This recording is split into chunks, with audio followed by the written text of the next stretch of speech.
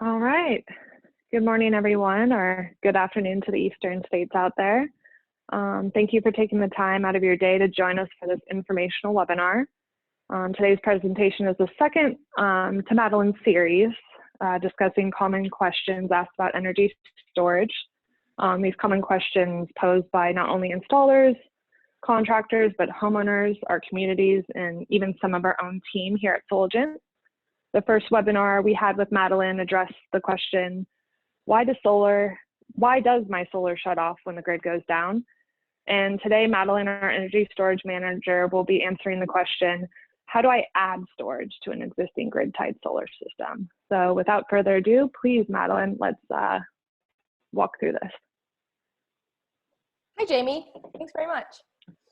Hi, great introduction. My name is Madeline, and today I want to spend some time addressing the question about if I have an existing grid-tied solar system, how do I go about adding storage and adding battery backup to this system? So let's dive in. I'll talk a little bit about myself, tell you about my background, and then address the question, why is storage relevant? Why do we want to be adding storage? You know, grid-tied solar has been around for a long time. Now everyone is talking about batteries. What is the reason behind this big shift in technology and interest? It's important to understand the fundamentals of a grid-tied system before you add the batteries. So we'll do a little bit of review around that. And then I'll get into some of the details on what components do you need, like how do you identify the equipment necessary, and then how is that equipment integrated into your system. And again, I want to focus on someone who already has solar and wants to add storage, because another whole topic that we can spend some time on is if you have a brand new solar system, the process on adding storage to a new install is slightly different. So this is what I want to focus on, retrofits. So we're going to be specifically addressing retrofits. My name's Madeline. I have been involved in the solar industry since 2016. And really that entire time I've been involved in batteries in some form or another. I started with designing mostly in 2016 systems that were wanting batteries were off-grid, fully off-grid systems. But as time has gone on, rate structures have been introduced for residential time of use. There's more of a market being created for a grid tie solar system that also has storage. So that's kind of where we've been shifting recently, which is why there's so many new products out lately. So my goal is to support Soligent's customers, which traditionally would be an installer. So I want to help installers learn about our product offerings, understand how they work together, and make sure that you can select one of our many offerings to fit the needs of each specific homeowner. Because I think something that people are hoping for when they're addressing customers is that you kind of have an A, B, or C option. But a lot of times with batteries, there is a lot of nuance on a per customer basis. So I want to help make it easier to understand what specifically does a customer want to accomplish and how can you select a product offering to accomplish that. And in order to do this, I want to be on the front lines of learning about new technologies, learning new products, and making sure that all of our vendor partners are able to reach our customers to get all the most recent information out to everybody. So why we're considering storage from a grid services level is the new offering, if you will. This has become the new market. And when I say grid services, I'm really referring to ways you use batteries while being grid connected. So let's talk a little bit about these options. Incremental rate hikes. As a homeowner, as someone that lives in an apartment, let's say you may not notice rate hikes on a day-to-day basis. In fact, you may live in a place where your electricity prices are stable, but in some cases, this statistic for Texas was from a Houston Chronicle article back in August of 2019. So Houston was experiencing rate hikes. I also found another article that Hawaii back in August was talking about rate hikes. So you may live in a region where your rate regularly hasn't seen an increase, but it's possible that in the future, you're going to be seeing your electricity prices increase. So that's a reason why you would want to consider storage, so you can produce your own power from the PV, and then you can store it and use it on your site. Net metering rollbacks. It hurts me to say that people who have gotten grid-tied solar, they love it, they get their credits, life is good, and then the utility comes around and says, moving forward, we're not doing net metering. That's really challenging to assume that your return on investment is going to maintain itself when the rate you believe you're getting is no longer going to be that way in the future. So net metering rollbacks are happening, and to protect yourself against losing money when those credits go away is to add storage. And by adding storage, again, you're using the PV power when you want it. So you don't have to worry about selling it back. If you're not getting much money by selling it back, you can use it yourself. Great. Increased cell consumption has been a really good selling point for a long time. It's not really a new topic, but people want to be energy independent, and energy freedom has been a topic with respect to solar for a long time. So being able to be supporting yourself and supporting your own home with power you're producing and storing on your site is a really powerful concept. And it's a powerful thing that most homes don't have the ability to do. So when you have a site and you can say, wow, I'm producing this power, I'm storing it, I'm using it myself, that's a very valuable thing to be able to accomplish. And finally, from a grid services perspective, time of use rates are coming out. So California has already been seeing those. Time of use rates are a good way to help people shift their usage, whether that be from a demand or from an energy perspective, meaning you're going to be reducing your overall energy needs. So that would be a total of what you're using, or you'd be using high power equipment and high power appliances at an off-peak time. So as residential time of use rates come out, because most of the power in your home you're going to be using in the early evening, let's say 4 to 9 p.m., that's when your solar is going to be dwindling, the sun is setting. So unless you have western facing arrays that are able to capture that evening sun, time of use rates are a really great reason to consider storage, so that you can turn on your battery during the time when your energy is expensive. Resiliency. I actually have a funny personal story about that.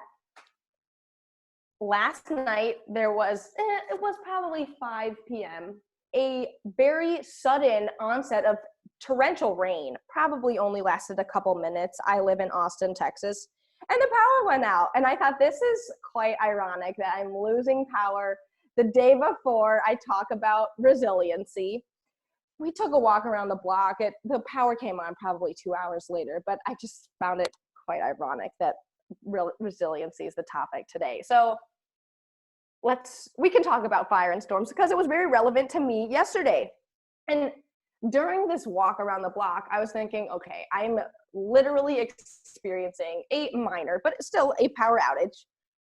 What are the thoughts going through my mind? Well, what do I wish I could have on right now? And the really main thing that I really cared about was the fridge. I want the fridge to be fine. I want to be able to open it and not have all the cold air spill out. Lights weren't even that important, because I have a little tiny solar powered lantern that could have been used in dire circumstances.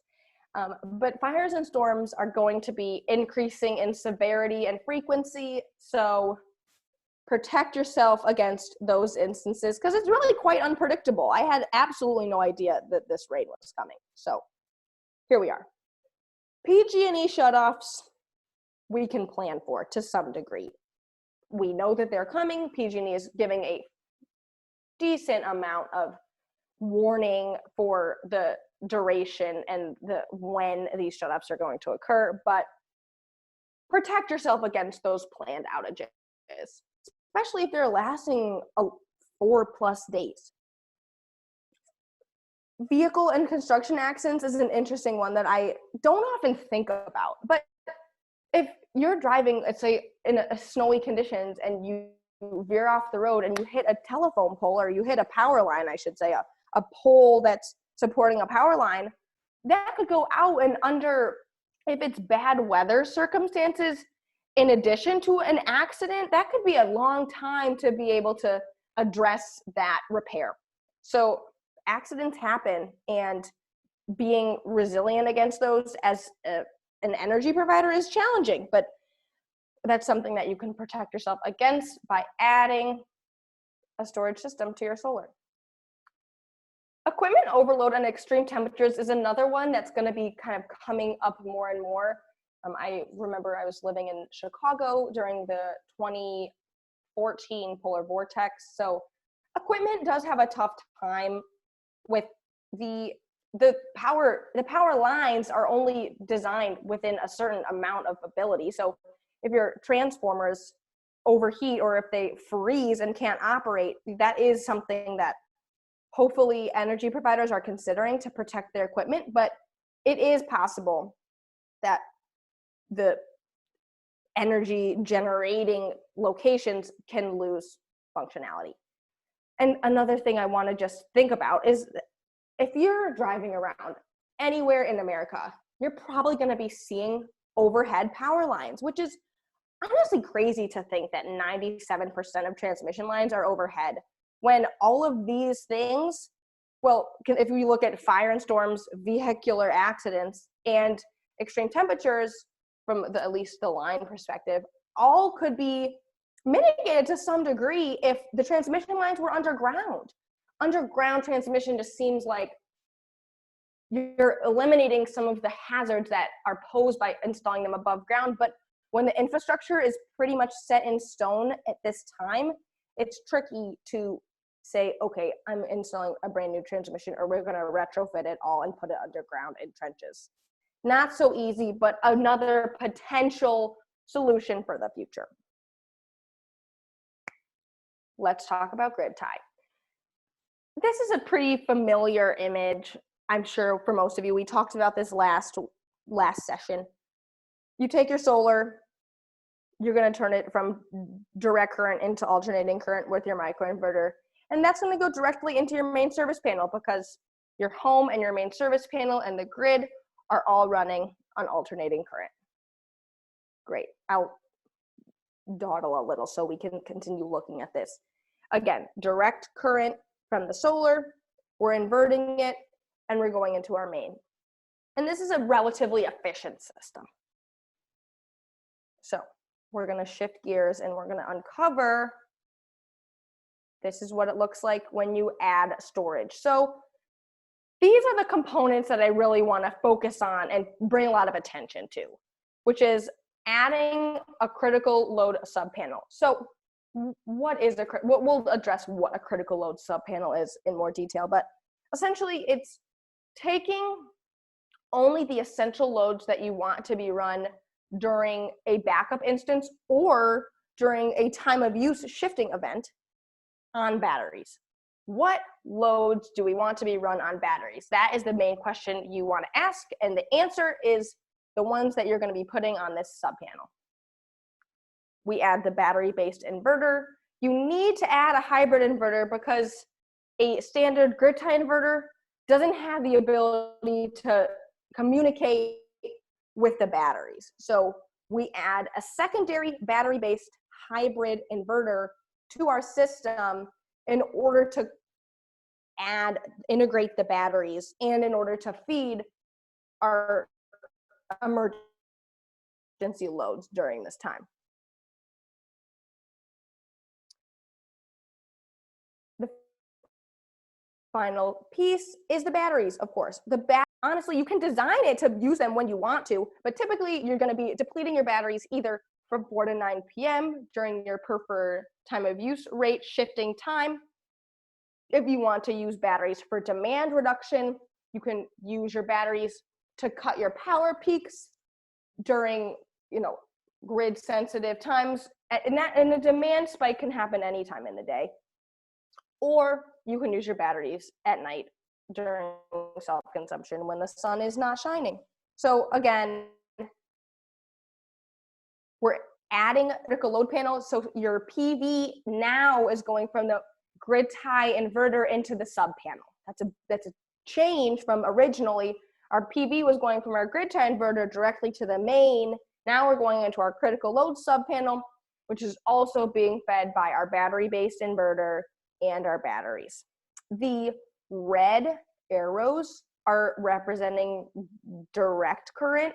So we're seeing that from the solar panel to the grid tie inverter, as well as from the battery into the battery-based inverter. And then the blue lines are alternating current. So our grid tie inverter is going into our sub panel with alternating current, where if there is extra power, you're going to be going through the battery-based inverter through the main. So this is in essence, if there's any extra PV, there's going to be a pass through from the battery-based inverter. And then again, if you add a generator, that's also going to be generating alternating current. These are kind of the 3 steps. Actually, I'm going to go back. We want to talk about adding the critical load panel, adding the battery-based inverter, and adding the batteries, and how each of those steps works. So that's where I'm going to go right now. How do you identify your critical loads? If you think about everything in your home, when an outage occurs, you likely you may want every load to function, but you don't want to pay for the size of a battery that would be required for all of these things to run. So by selecting a handful of these loads, you're able to size a smaller battery bank. And that's the biggest step. So pick your loads so that your battery can be a modest size, because the battery is expensive. So if you think about each of these loads, they run differently. If you think about a light's pretty simple. You flip a switch, the current flows through the light, and it illuminates. That's it. So the wattage of your light is pretty fixed. It's either on or it's off. So that's an easy load wattage to identify. If you think about a fridge, it might be a little more challenging, because if the fridge is already cold, you're really just like turning the compressor on and off to maintain the cold level. But if the refrigerator were, let's say, to get really quite warm, it's going to require maybe a little bit more power to get that fridge to a cold temperature. So you want to identify the kind of baseline amount of wattage a load will use, as well as a surge or a boost amount of power that those loads might need. So that is a whole nother discussion, but I just want to put it in your mind right now that each load should be identified in how much power it needs, but that discussion is unique for each kind of load. So you pick your loads.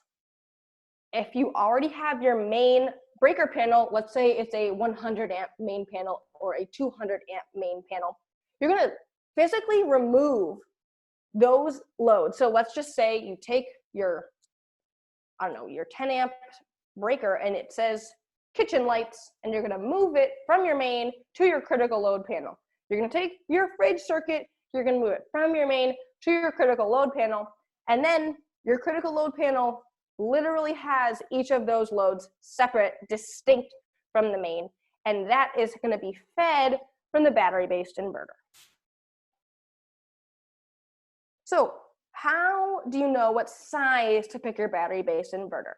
So again, we want to think about the amount that is the total possible amount of wattages all of our loads combined will need to run.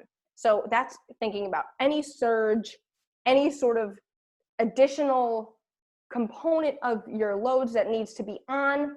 Think about that maximum, but then you can also think about the continuous. What is the amount that you're normally going to be using? So even in a critical time, you're probably not going to want to, let's say, run your microwave and your blender simultaneously. So your continuous watts is sort of your operating amount. So you would say, I will definitely have my lights on, I will definitely have my fridge on, and let's say I will definitely have one appliance on, but I will not be having more than one appliance. So that's able to keep our continuous watts value lower. So the continuous watts is your typical amount that you're going to be using and drawing at any given time when you're using your batteries. By identifying these two values, then you can select your inverter. So hybrid inverters now have some variability. Some have just a flat rate. I'm a 5 kilowatt inverter, and that's all you're going to be getting. 5 kilowatts is the max. You're not going to get a surge. In other cases, you might have an 8 kilowatt inverter, but it has surge capabilities to, let's say, get up to even 16 kilowatts for a few milliseconds to accommodate a surge. And then it may be doing 30 minutes at, I don't know, 10 kilowatts. So you want to check that the hybrid inverter you want has a surge capability if you have loads like a pump that or a motor that need to have that sort of boost ramp up capability. If you just are using a bunch of household appliances that are pretty standard and continuous in their power needs, an inverter without surge may be absolutely fine. Or if you size your inverter large enough that even if all of your loads do surge, that power will be less than the nominal rating on the inverter. So we have a lot of inverter options. If you do need more, so our largest single hybrid inverter is 8 kilowatts. And let's say you need a 10 kilowatt continuous output from your battery-based inverter. In many cases, you can stack them. So you can say, I'm going to put two in parallel, and the output of my inverters combined will cover my load. So that topic really comes after you've identified your load size, then you can select your hybrid inverter. And then the best part of all, your batteries. So I like to talk about these things in this order because this is the order you want to think about your equipment. Step one, what are my loads? That's going to dictate the amount of power I need and the amount of power I'm going to get from an inverter. Then the next consideration is however many loads I need, how long do I need them? That's really, it's how much and then how long. So the battery bank gives you the duration. It's if I want 16 amps all the time, how much storage do I need? So that's why we're thinking about this in kilowatt hours, because kilowatts is our power, a watt is a unit of power, but now our kilowatt hours is our energy consideration. So if I have a 4 kilowatt need and I'm running for 4 hours, that means I would need a 16 kilowatt hour battery bank of usable energy, right? We're just thinking about what are we using on our site, because a battery, if we need 16 kilowatt hours, but our battery bank has a depth of discharge limitation, you would need to size the actual battery bank much larger than your usable needs. So again, we're just talking about the usable amount needed by your load. So 16 kilowatt hours, that's a pretty modest battery bank size. A standard house during normal grid up circumstances uses about 30 kilowatt hours, more or less. But if we're needing 4 kilowatts continuous for, let's say, 72 continuous hours, that's 288 kilowatt hours. That's very much. So if we're looking at 16 versus 288, it's the same loads. The only thing that's changing is the duration. So that's a very important consideration to make, is how long do I need these to run for? And by determining that runtime, that's gonna modify the size of your bank tremendously. And again, the reason this is important, identifying exactly what loads and exactly how long, is because the purchase of the battery is going to be the most expensive part. And needing 16 kilowatt hours of batteries versus 288 kilowatt hours of batteries is an exorbitant price differentiator. So if you say, I need it all, I want to be safe, you can make a big monetary contribution. Or if you're being a little more modest, I just need the essentials, a 16 kilowatt hour bank is much more easy on the checkbook. Oh, that's it. Good timing. Great. Jamie, if you have any questions, I guess I can